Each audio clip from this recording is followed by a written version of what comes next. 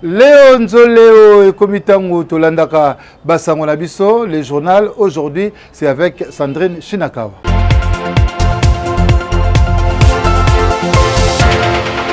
Le RCD-KML n'a jamais quitté l'Union sacrée, c'est le démenti du secrétaire général du parti de Mboussa Nyamwisi. Le RCD-KML constate que l'état des sièges constitue un couloir pour les égorgeurs qui profitent du musellement et de l'immobilité. Félix Antoine Tshisekedi au pays de Tayyip Erdogan, après l'Allemagne et l'Italie, le chef de l'État congolais à la recherche des investisseurs turcs. Et quelles leçons le pouvoir au Congo doit-il tirer du coup d'État guinéen? Pour le RCD Kabasubabou, les causes guinéennes sont bien similaires à la situation politique congolaise.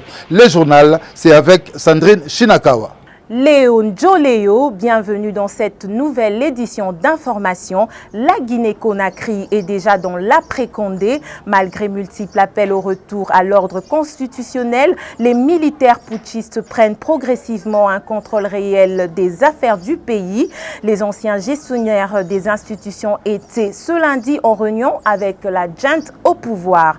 À Kinshasa, une grande majorité ne partage pas la position du président congolais qui s'oppose au coup d'État. Christian Guanzo analyse pour nous les réactions en RDC.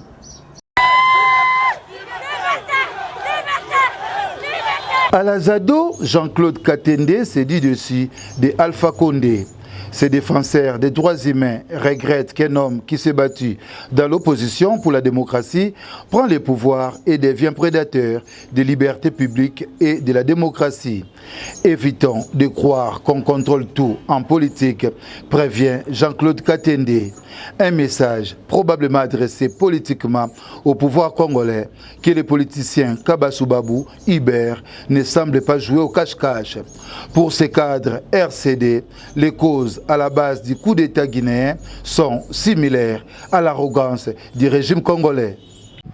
Le régime du président Tshilombo est dans un glissement féodo-totalitaire dont les caractéristiques, je vais dire les traits, sont impeccablement analogues aux éléments de la cause évoquée par la junte militaire en Guinée pour perpétrer son coup d'État. La gabégie, l'instrumentalisation de la justice aux fins politiciennes, l'érosion de la démocratie, l'arrogance d'un régime monocratique sont autant des caractéristiques du régime de Alpha Condé qui sont similaires, n'est-ce pas, à ce qui se passe en RDC en ce moment. Et donc nous disons qu'il faut éviter au Congo une tournure ou un tournant catastrophique, une sorte d'hécatombe, parce que chez nous il y a même pire. Chez nous il y a érosion ou effondrement de la démocratie parlementaire, parce que le président lui-même a piloté le changement de la majorité issue des élections, issue de la volonté du peuple, avec la corruption, en corrompant le député pour avoir une nouvelle majorité qui a produit un gouvernement qui est aujourd'hui illégitime.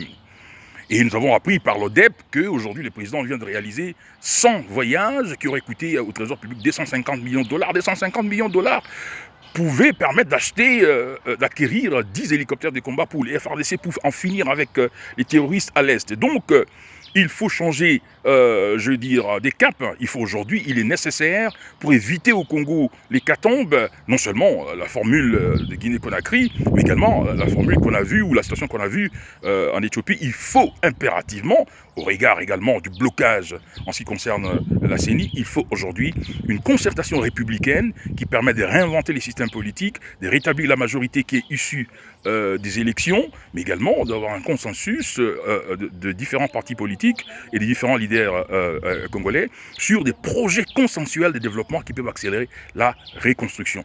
Comme disent les catholiques, Ayoka. Pour sa part, Claudel Loubaya appelle Félix-Antoine Tshisekedi et Emmanuel Macron à se mettre à l'écart dans les dossiers guinéens. Pour ce député national, Alpha Condé a tripatouillé la constitution et confisqué la souveraineté du peuple guinéen pour se maintenir au pouvoir. Pour lui, Alpha Condé n'a aucune légitimité démocratique à faire valoir face aux putschistes. Guinéennes et Guinéens, chers compatriotes, la situation sociopolitique et économique du pays, le dysfonctionnement des institutions républicaines, l'instrumentalisation de la justice, le piétinement des droits des citoyens, l'irrespect des principes démocratiques, la politisation à outrance de l'administration publique, la gabegie financière, la pauvreté et la corruption endémique ont émené l'armée républicaine de Guinée à travers le Comité national du rassemblement et du développement, CNRD, à prendre ses responsabilités vis-à-vis du peuple souverain de Guinée et dans sa totalité.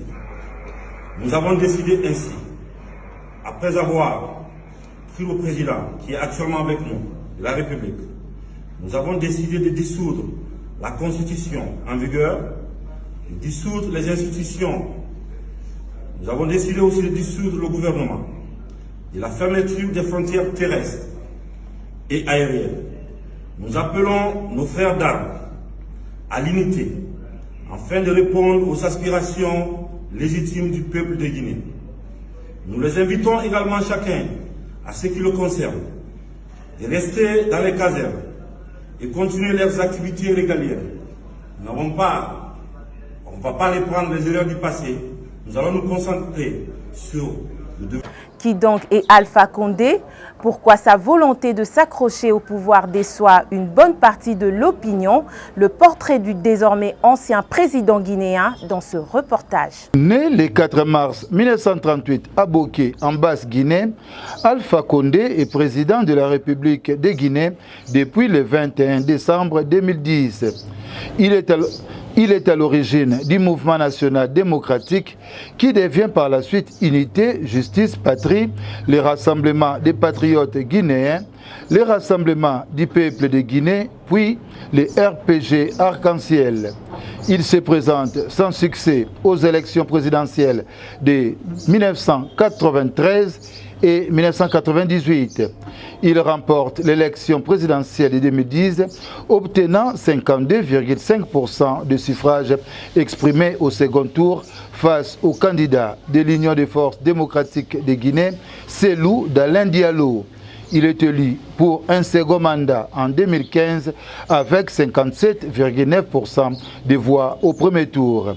Il est élu pour un troisième mandat en 2020 avec 59,5% des voix au premier tour. En septembre 2021, le colonel Mamadi Doumbouya annonce avoir fait procéder à son arrestation à l'occasion d'un coup d'État. Et Félix Antoine Tshisekedi depuis ce lundi à Ankara en Turquie. Après l'Allemagne et l'Italie, le chef de l'État congolais est en visite officielle au pays de Tayyip Erdogan jusqu'à ce mercredi. Accompagné de la première dame Denise Nyakeru, le président congolais prévoit pour ce mardi 7 septembre la visite guidée au mausolée Antikabar et le mercredi, le couple présidentiel congolais sera honoré au palais présidentiel d'Ankara. Et en RDC, un autre groupe des ressortissants de la Chine et de l'Ouganda exploite illégalement les minerais de la RDC à Mombasa, dans la province de l'Ituri. Selon l'administrateur militaire adjoint d'Irumu, le colonel Chichimbi Bomboa, ces exploitants illégaux ont saboté l'environnement en détruisant le champ, des arbres déracinés et des dizaines d'hectares de forêt partis en fumée. Suivez ce reportage de nos confrères de l'Ituri. L'administrateur militaire assistant du territoire de Mombasa, le colonel Maxime Pomboa Chichimbi, faisant la ronde des quartiers du chef-lieu de ce territoire, est tombé ce jeudi 2 septembre 2021 sur un groupe de 9 Chinois et 4 sujets ougandais qui travaillent illicitement dans un carré minier situé à 6 km de Mombasa centre. Nous sommes dans le village Sayo, groupe Manyangwe. Ici, en 5 jours seulement d'exploitation, plusieurs dizaines d'hectares de forêts sont partis en fumée.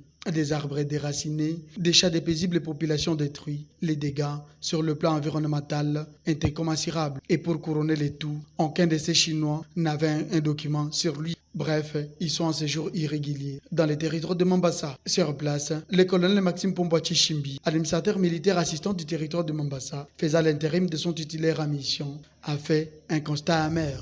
C'est un constat amer. D'autant plus que le travail vient de commencer, ça fait 5 jours. Mais regardez les dégâts sur le plan environnemental.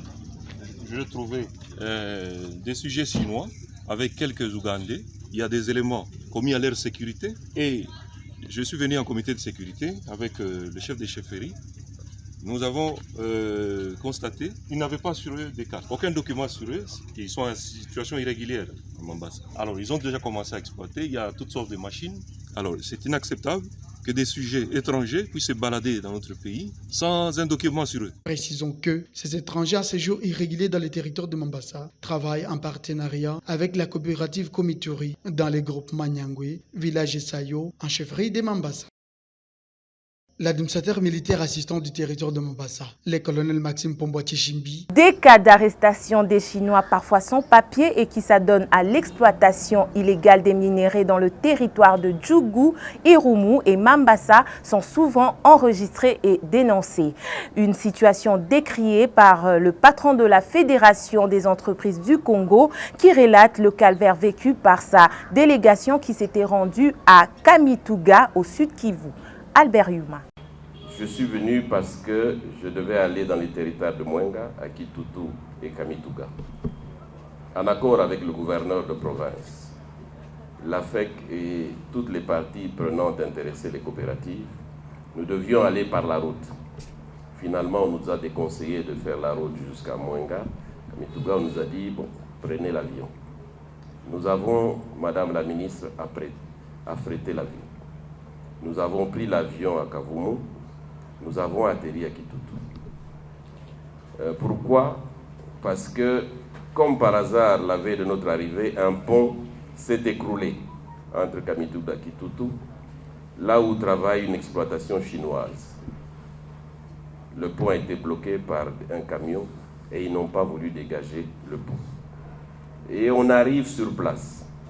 On nous dit, les Chinois ne veulent pas que vous arriviez là. Les Chinois ne veulent pas que vous arriviez là. Avec l'autorisation de qui vous allez arriver voir l'exploitation des Chinois qui n'est pas artisanale, qui est au minimum semi-industriel, si pas industriel. Nous avons dû donc demander aux pilotes de survoler les sites. Nous avons filmé. Et je passe en passant ici en disant que nous sommes accompagnés d'une équipe de journalistes de France 24 et des RFI avec un journaliste que vous connaissez tous, Alain Foucault, qui avant notre départ, le mercredi, a été reçu par son Excellence le Président de la République pour lui dire ce qu'il venait faire ici. Montrer pourquoi les Congolais ne bénéficient pas de leur richesse minière. Ils sont protégés. Par qui et comment, Madame la Ministre? Vous avez, vous, Ministre national, l'obligation de rentrer avec la réponse. Nous sommes allés hier soir voir le gouverneur de la province et nous lui avons dit notre étonnement, pour ne pas dire notre honte de ce qui est arrivé hier, que des sujets chinois peuvent empêcher des Congolais, accompagnés du ministre provincial des Mines, d'accéder au site minier. Ça doit cesser. Ça doit absolument cesser. Ce pays nous appartient. Et on apprend qu'ils n'ont aucun titre, aucune autorisation d'exploiter. Comment est-ce possible? Le vice-gouverneur Justin Louemba, nommé gouverneur intérimaire du Congo central. Et la communication a consisté à la clôture du dossier Congo central. C'est-à-dire qu'au jour d'aujourd'hui, les dossiers litige province Congo central est clos. Il va rendre public les noms de l'autorité qui va faire l'intérim. En attendant que la CENI organise l'élection du nouveau gouverneur. Voilà. C'est exact. Le VPM a été clair.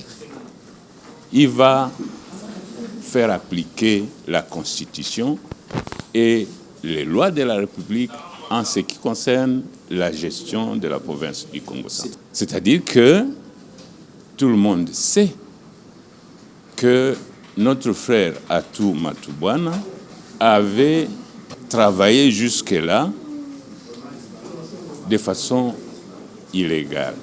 Il avait été frappé par une décision de l'Assemblée provinciale. Et le VPM, en tant que juriste et légaliste, après avoir reçu les ordres de la haute hiérarchie, c'est-à-dire il s'est concerté avec toutes les autorités que vous pouvez imaginer, il a fait application de la Constitution.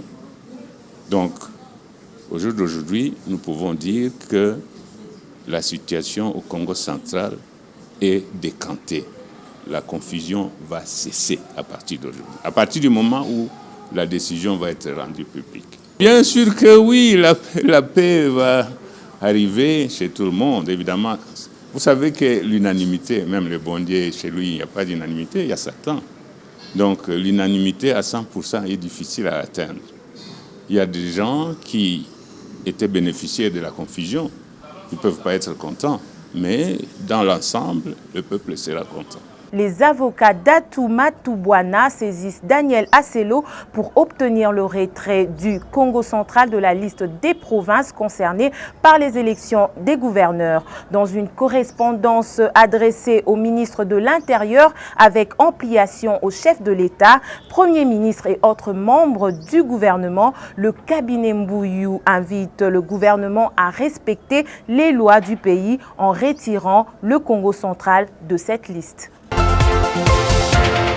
86 Congolais, dont des hommes, femmes et enfants, ont été expulsés par les autorités zambiennes faute des documents de séjour valides le dimanche 5 septembre 2021. Accueillis par le ministre provincial de l'Intérieur, Christian Moumat, à Kasumbalesa, ces Congolais sont en majorité originaires de plusieurs provinces du pays. Ils sont pour l'instant hébergés provisoirement par le maire de la ville de Lubumbashi, Robert Lubaba, aux frais de l'État en attendant leur rapatriement dans leurs familles respectives. Pollution des eaux des rivières Kasaï et Chikapa, l'honorable Guy Mafuta Kabongo lance une campagne d'identification des vraies victimes de la pollution. Une annonce faite samedi 4 septembre lors d'une conférence organisée dans la ville de Chikapa. À son avis, le gouvernement central est passé à côté de la vraie réalité avec une aide non adaptée à la situation et ajoute qu'il fallait d'abord identifier les vrais sinistrés de la pollution avant d'entrevoir une aide humanitaire. Des affrontements signalés dans la région de Kobu, territoire de Djougou, entre les FARDC et la milice Codeco. Selon nos sources à Bunia, ce sont les miliciens Codeco qui ont attaqué les positions de l'armée loyaliste. En attendant les informations chiffrées en provenance de la zone des opérations militaires en Ituri, rappelons que ce coin de la République était il n'y a pas longtemps sous contrôle de ce groupe armé.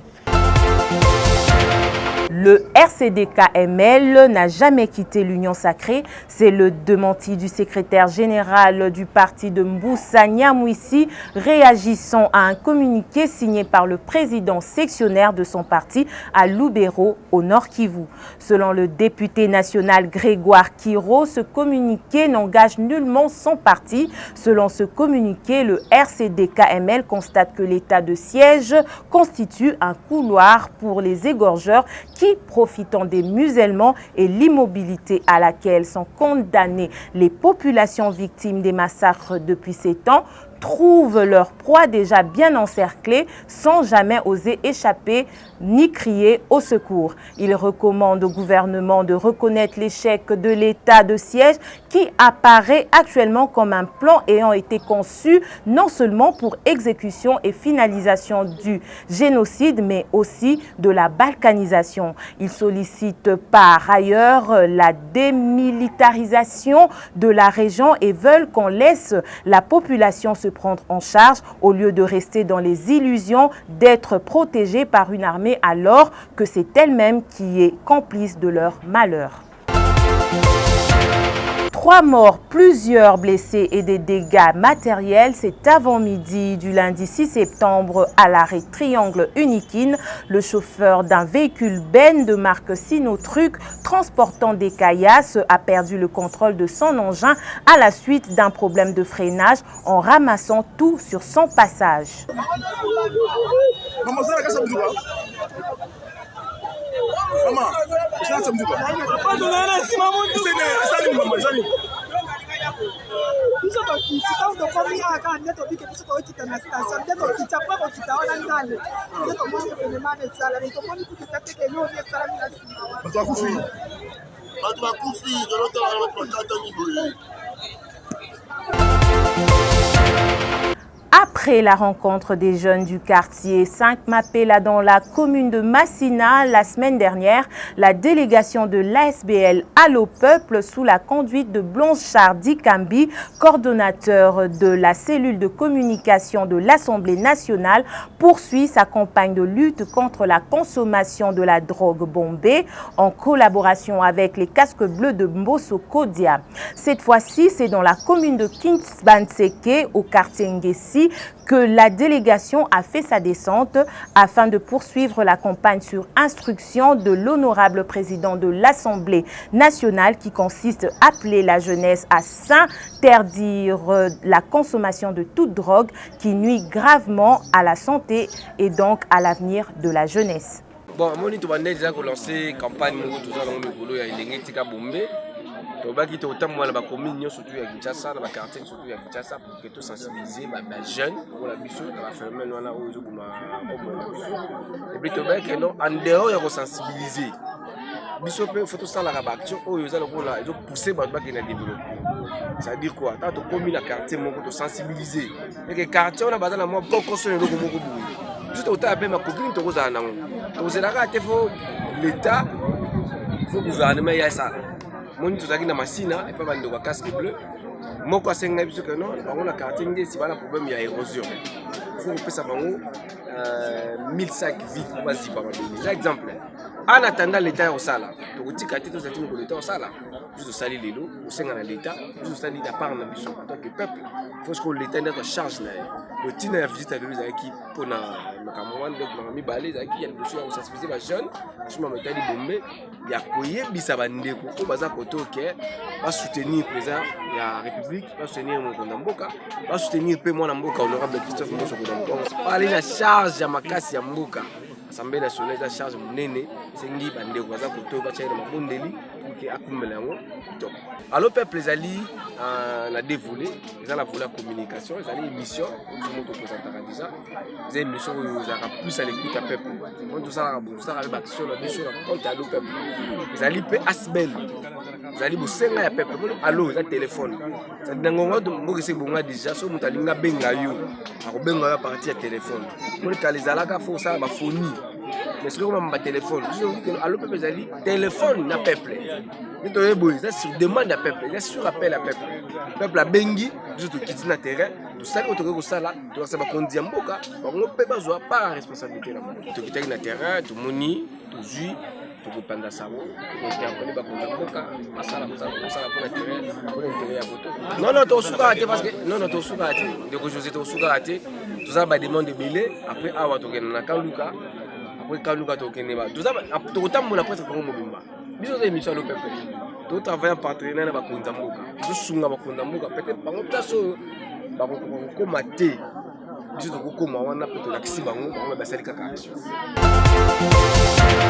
Déjà une année et quelques mois que les travaux des réhabilitations des différents homes qu'abritent les étudiants de l'université de Kinshasa avaient été lancés. L'ONG défendant Kinshasa a rappelé aux autorités d'achever leur engagement et demande aux autorités compétentes de permettre aux étudiants d'accéder aux homes. Les travaux restants pourront continuer, mais en attendant que les étudiants regagnent les homes pour leur faciliter la tâche, mais aussi afin d'y vivre, a conclu le président de l'ONG défendant Kinshasa, Dieu merci, Matondo.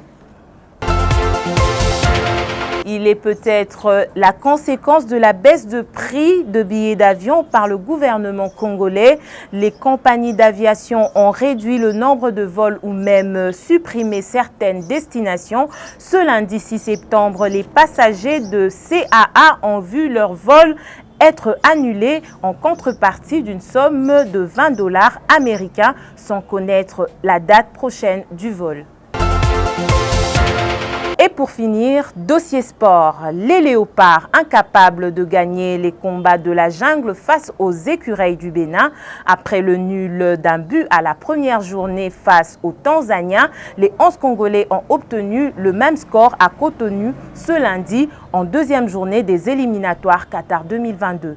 Avec 2 points sur 6 en 2 sorties, les fauves congolais sont déjà à 2 points derrière les 4 du leader béninois.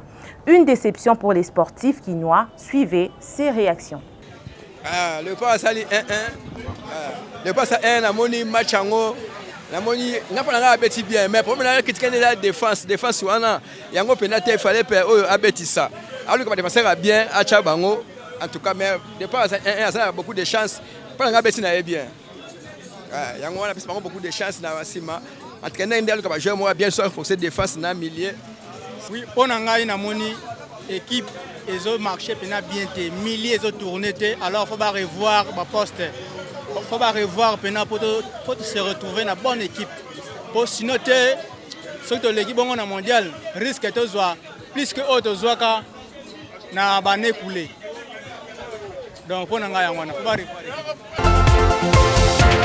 Nous voici arrivés à la fin de cette édition d'information. Yvon Chibangu était à la réalisation et Christian Gwanzou à la coordination. Merci de nous avoir suivis.